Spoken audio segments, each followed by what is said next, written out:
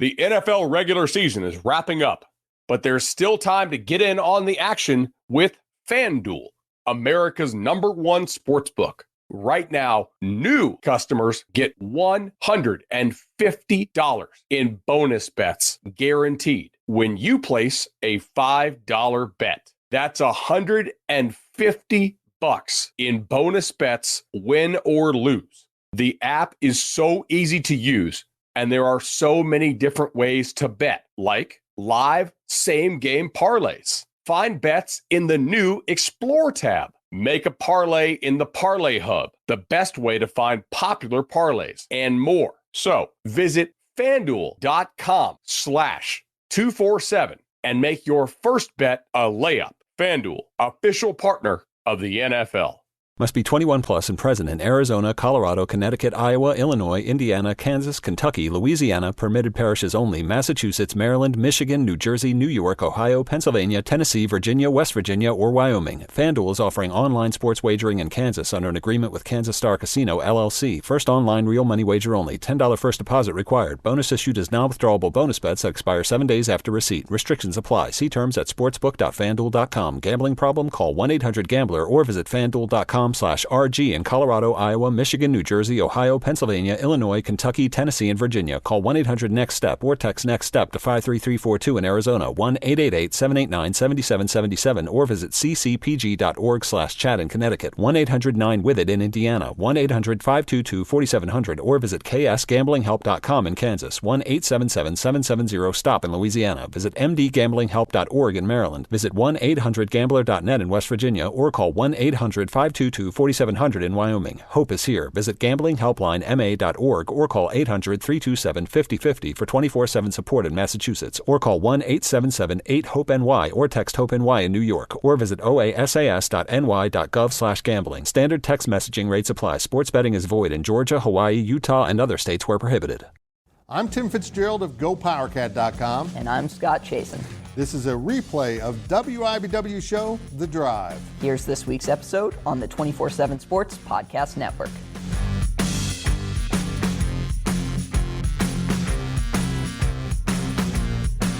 Good evening, Wildcat and Jayhawk fans, and welcome to The Drive, sponsored by Briggs Auto Group. I am Tim Fitzgerald of GoPowerCat.com, and the man across the studio who does not want to sit next to me is Scott Chasen.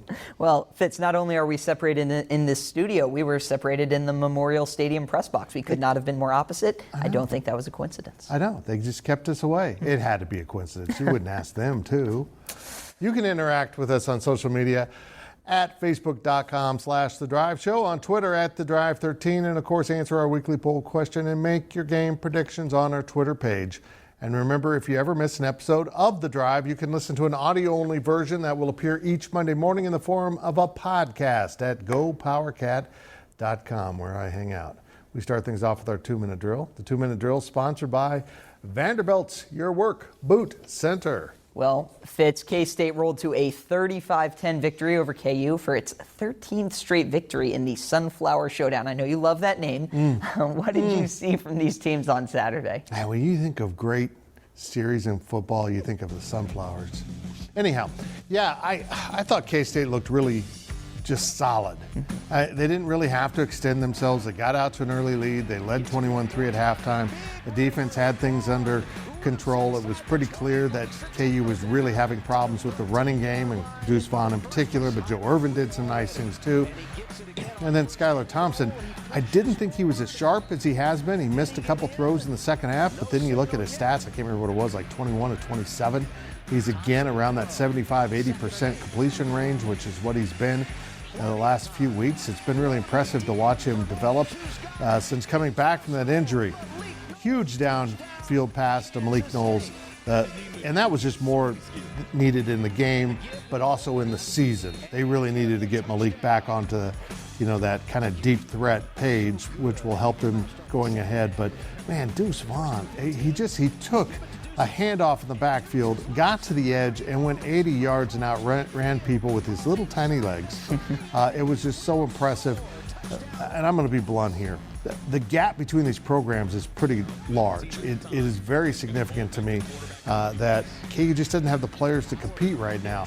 Maybe it was this one given day, but KU just didn't look like they were going to be able to compete with Kansas State, and that says a lot because Kansas State's struggled at times this year. So I think K-State's in a really good position. What I can't explain about Kansas, though, Scott, is their allergy to recruiting Kansas kids, and they've got to get over that. But for now, K-State's the program with about 60 Kansas kids on the roster. You know, you want to say that there's not enough talent in the state of Kansas. Well, 4 of K-State's 5 offensive linemen are from Kansas. So you can build a foundation with Kansas kids if you find the right ones. And Kansas State is doing that. They're in much better shape than they were 3 weeks ago. From 3-3 to 6-3 to be in the upper half of the Big 12 standings, Scott. I was amazed, Scott, when I looked at the standings on Saturday night after the end of the last game with Iowa State beating Texas. And K-State is alone in 5th place right now in the conference standings. Just remarkable progress as they head into these final games. Well, we'll obviously have a lot more to say about this game, including shortly, but just to your point about the Kansas kids, we've heard a few different Kansas coaches say they want to correct that. David Beatty obviously did not. He had kind of some weird approaches to the state.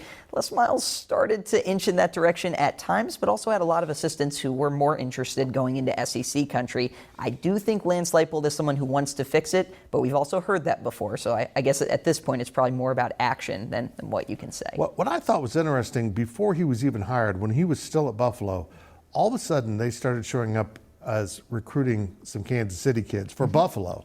So I think he was looking ahead, understanding that there's some players out there I need to be on in case I get this job. Well, Scott, Kansas had 2 quarterbacks injured in the K-State loss. Apologize, Daniel Green. Do that right now. What is the state of that position moving forward? Well, it's a mess, Fitz, and it's a mess in part because of Kansas's doing. I'm not blaming Kansas for this, but Kansas made the decision early in the year to redshirt Jalen Daniels when he didn't win the quarterback competition.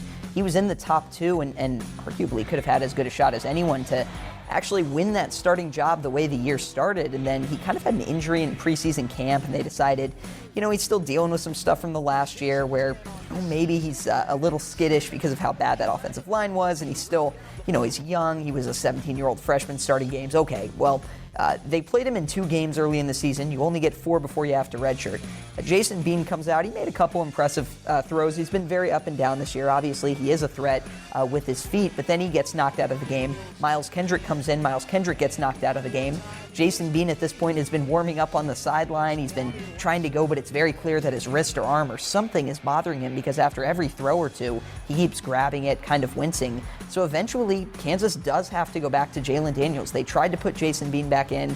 It looked very clear to me that he couldn't throw the ball, which is important when you're a quarterback. When he did throw it, his accuracy was bad, and he kept going back and grabbing that throwing arm, which Fitz, obviously that's going to be a problem. So here's where that KU room stands. You've got 1 more game for Jalen Daniels if you want to preserve that red shirt. And in my opinion, I think it's paramount that you do so. You've made it this far in the season. You've given Jason Bean this kind of opportunity to play. And if he's able to play, I think you need to ride it out with him and preserve that year of eligibility, knowing that Jalen Daniels will be a 3rd-year freshman going into next year. You don't often have that opportunity, and that's not to say that he's going to take advantage of the super senior year down the line and he's going to stay a bunch of years. It's not to say that, but it's to say that he at least could and that you're doing right by him. Now, another kind of lurking in the background storyline, Jalen Daniels was originally committed to Middle Tennessee before he was committed to Kansas. He committed to Brent Dearmont, the offensive coordinator at the time of Kansas, who is now the offensive coordinator at Middle Tennessee. I don't think Jalen Daniels would be in danger of transferring at this point. I think he's a good kid with a good attitude about sticking it out in the program.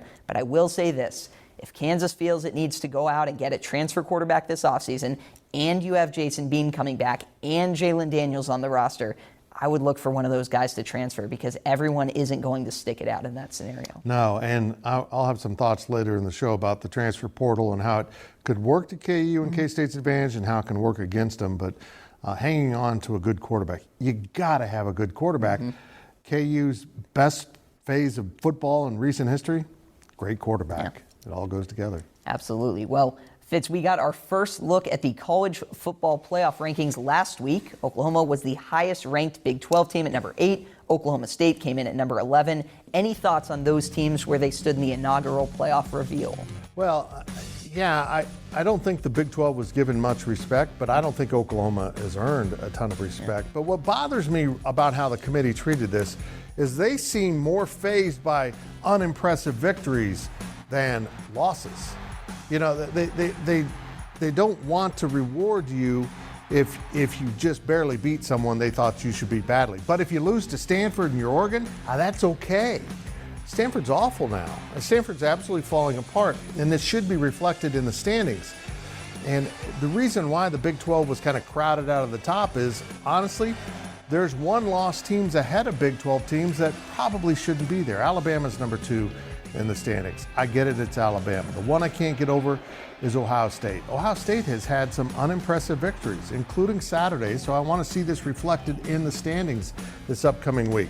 They struggled with a Nebraska team that won't be going to a bowl game.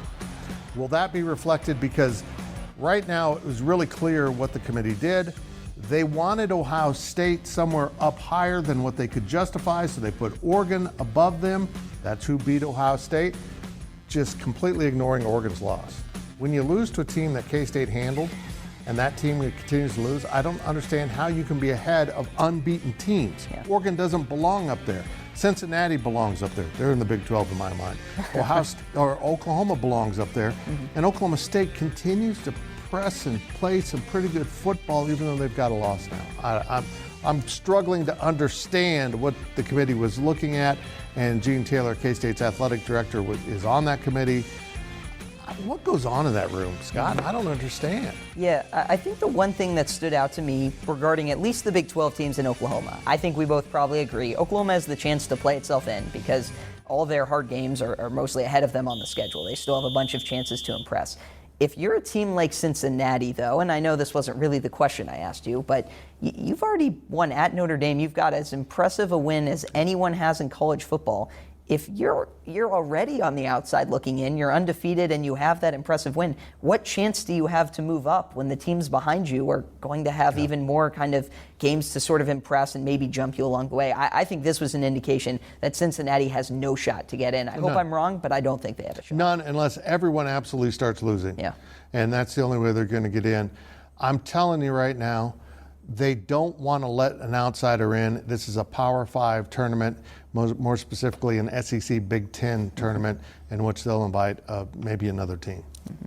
Now a quick look at your poll question results. The poll questions are brought to you by Midland Exteriors. Love the home you live in. Call today for a free estimate. Well, last week's question was, will KU basketball win the Big 12 regular season title? We look at the results. 43% of people say they will win it outright. Another 20%, so about 2/3 combined, say a shared title. And 37% of people say no, KU will not win the regular season title. At least 37% of K-Staters voted. This week's question is, with K-State reaching bowl eligibility, is this year already a success? Easy answers, A, yes, B, no. Vote on our Twitter page at @TheDrive13. Well, that will do it for this half of the 2-minute drill, but we will be right back with more on KU and K-State on The Drive. Selling a little or a lot?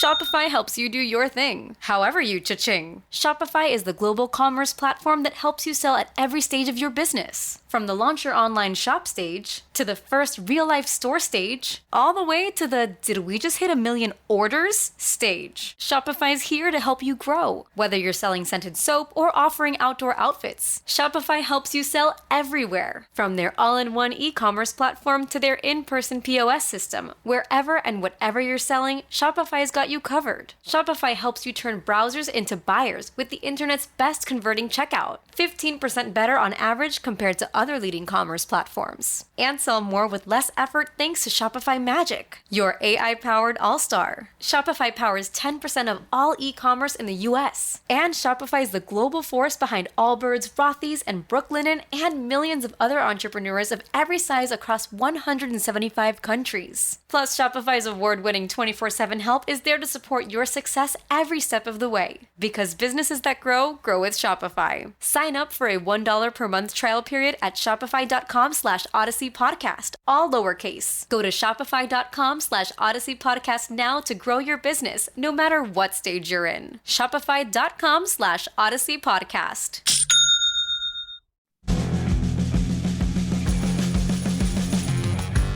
Welcome back to The Drive as we continue our weekly 2-minute drill. And folks, you just missed me rapping.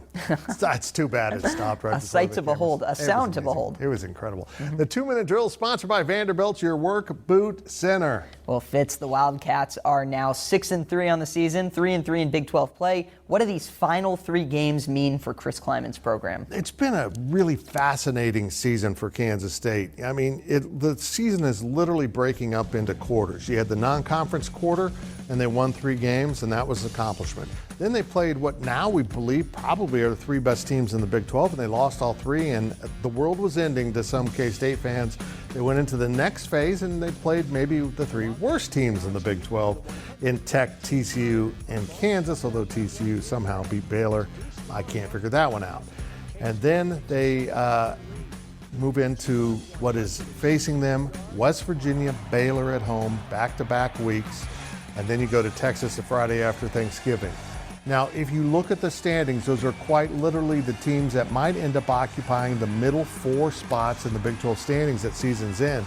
So this is almost like a tournament for K-State to sort out, can they actually get to 4th in the Big 12 by running the table? Well, they would be, maybe even 3rd, depending on what the other teams do. It's fascinating to me how the schedule is played out and how loaded the Big 12 slate was for Kansas State. And it took these last 3 games for the Wildcats to really regain their confidence. And they've always had a unified locker room this season. That hasn't been an issue, but they did get their confidence dented during those 3 games, and they had Skylar Thompson getting hurt. But now, Scott, they just seem like they're really bought in. They understand what they want to accomplish on offense and defense. The defense has been really sound for 3 weeks in a row. The offense has put up some pretty decent statistical numbers and been pretty efficient. Even though they're not blowing people out, that's not exactly how they're built. This week's game against West Virginia at Bill Snyder Family Stadium, it's 11 a.m. kick, is absolutely enormous for the program to set up what's going to happen the next 2 weeks. And here's why. Chris Kleiman is 0-6 against the 3 teams that he faces to close out the schedule this season. And for some reason, they haven't been particularly competitive against these 3 teams. It's an enormous stretch for Chris Kleiman and his program because he can kind of I always talk about this, step over other teams. You got to climb that ladder, and right now there's 10 rungs on that ladder, and you know you can't reach the top right now, but you can get there eventually if you keep climbing. Well, Fitz, I remember going into this 3-game stretch that they just went 3-0, and we were talking about, hey, 2-1 would be pretty good. To go 3-0, incredibly impressive. Obviously, Kansas probably the easiest of the 3. Now it's up to see what they can do the rest of the way. And let's be honest, there's a big difference between the bowl for a 6-win team or a 9-win team, and we'll see where they end up. Well, Scott, KU basketball had its only exhibition game on Wednesday and blew out Emporia State. What was your biggest takeaway other than Emporia State's uniforms were cool? Well, Fitz, it was interesting that Remy Martin did not start this game, the star transfer for Kansas, and that reason had nothing to do with basketball. Chris Tehan, a super senior walk-on, actually started in his place. Obviously, his brother was a pretty good player, turned into a pretty good player at Kansas. But that was probably more about sending a message to Remy Martin after what Bill Self described as a couple of lackluster practices. Look, Remy Martin is unquestionably talented, and when he stepped foot on the court, I think it was like the 12 or 13-minute mark in the first half when they finally put him in. He was not the first guard off the bench, but make no mistake, he will be the starter once the real games start happening. He was electric. He pulled up for a bunch of difficult shots. He wowed the crowd at Allen Fieldhouse, which was, right near capacity, though not quite at it, and he really put on a show. He did it with a big smile on his face. He's someone that Bill Self has compared that kind of on-court charisma to a guy like a Devontae Graham, though, obviously if he were as good a player as Devontae Graham, that would be the next step. As for this KU roster, it's still a work in progress with so many new pieces. You saw DeJuan Harris was, a starter in this first game with no Jalen Wilson in this one after he was arrested on suspicion of a DUI. He's going to miss the first few games of the season. And for DeJuan Harris, he really impressed. He was a pest defensively. He's someone that I think has earned his way into a bigger role with what he's done preseason. The team will still be working in pieces as Jalen Wilson returns, as Remy Martin figures out how to play within the Kansas offense, because I think he's used to playing one way. He's been around the block. He's averaged 19-plus points per game the last 2 years, but it's a little bit different at Kansas. You don't necessarily have guards who go and do that. Now, come these, big games where there might be a minute left and it's a close game, Kansas last year lacked that player like Remy Martin who could just go and get his own. In certain games last year, Kansas lacked a defensive intensity where they could just turn a team over and use it to spark a run. I think those are things you might have this year with guys like DeJuan Harris, who's returning, Joe Yesufu, even Remy Martin can use his quickness, but it's a lot of pieces that need to fit together and will still need to fit together when Jalen Wilson comes back in a few games. So this is a work in progress. I expect it to be a very good KU team. A lot to figure out still. K-State also had a exhibition game. They looked improved. I'll have more next week after they open their season on Wednesday. Mm-hmm. And now we step out of bounds, and Out of Bounds is brought to you by Copeland Insurance Agency, part of your community for more than 60 years. God, Scott, what's wrong with me? Am I okay? Fitz, we're going out of bounds, so I'll try not to hit you too hard, although maybe you could use it to knock back into it. The Kansas City Chiefs faced off against the Packers without Aaron Rodgers just a little bit ago, and the Chiefs were able to kind of eke out a close win. Any thoughts on how that game went? God, it was a horrible game. Yeah. The Chiefs just don't look good, and they are so lucky, fortunate, blessed to catch the Packers without Aaron Rodgers because Jordan Love wasn't overwhelmingly good in this game. 13-7, I think, says about all you need to know about this game.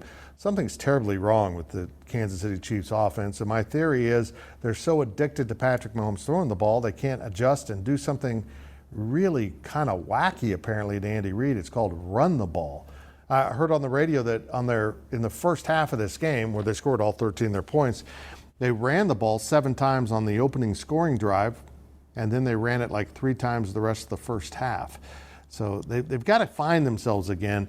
Defense looked better, but again, this wasn't the Packers offense that we usually know with Aaron Rodgers. Yeah, I think one additional concerning sign, there was a sequence where Mahomes did not throw to Travis Kelce, who's wide open just a few yards downfield. Instead, he tried a deep shot. Kelce noticeably frustrated. Well, on second down, they go to Kelce, he drops the ball. And it's things like that where, yes, plays are still available when you take that deep shot and then you try and kind of matriculate down the field. The issue is when you throw that offense out of rhythm, it looks a lot uglier, it looks a lot worse. And I think the Chiefs, kind of like you were saying, they need to find a rhythm, and if defenses are giving them that short game, that's what they need to take, at least for now. They're so fortunate that the Packers came to town immunized from scoring many points. That's how that well goes. Done.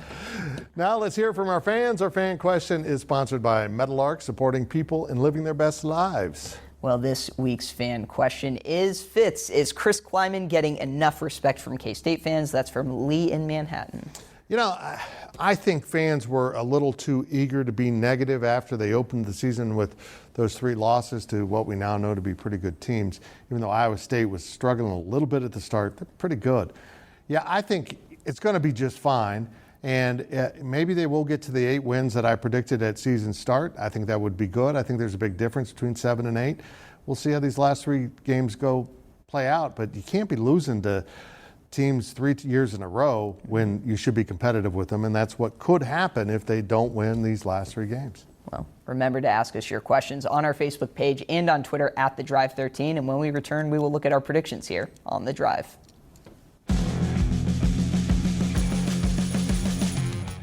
Selling a little or a lot? Shopify helps you do your thing, however you cha-ching. Shopify is the global commerce platform that helps you sell at every stage of your business. From the launch your online shop stage, to the first real-life store stage, all the way to the did we just hit 1 million orders stage. Shopify is here to help you grow. Whether you're selling scented soap or offering outdoor outfits, Shopify helps you sell everywhere. From their all-in-one e-commerce platform to their in-person POS system, wherever and whatever you're selling, Shopify's got you covered. Shopify helps you turn browsers into buyers with the internet's best converting checkout. 15% better on average compared to other leading commerce platforms. And sell more with less effort thanks to Shopify Magic, your AI-powered all-star. Shopify powers 10% of all e-commerce in the US. And Shopify is the global force behind Allbirds, Rothy's, and Brooklinen, and millions of other entrepreneurs of every size across 175 countries. Plus, Shopify's award-winning 24/7 help is there to support your success every step of the way. Because businesses that grow, grow with Shopify. Sign up for a $1 per month trial period at shopify.com/Odyssey Podcast, all lowercase. Go to shopify.com/Odyssey Podcast now to grow your business, no matter what stage you're in. Shopify.com/Odyssey Podcast.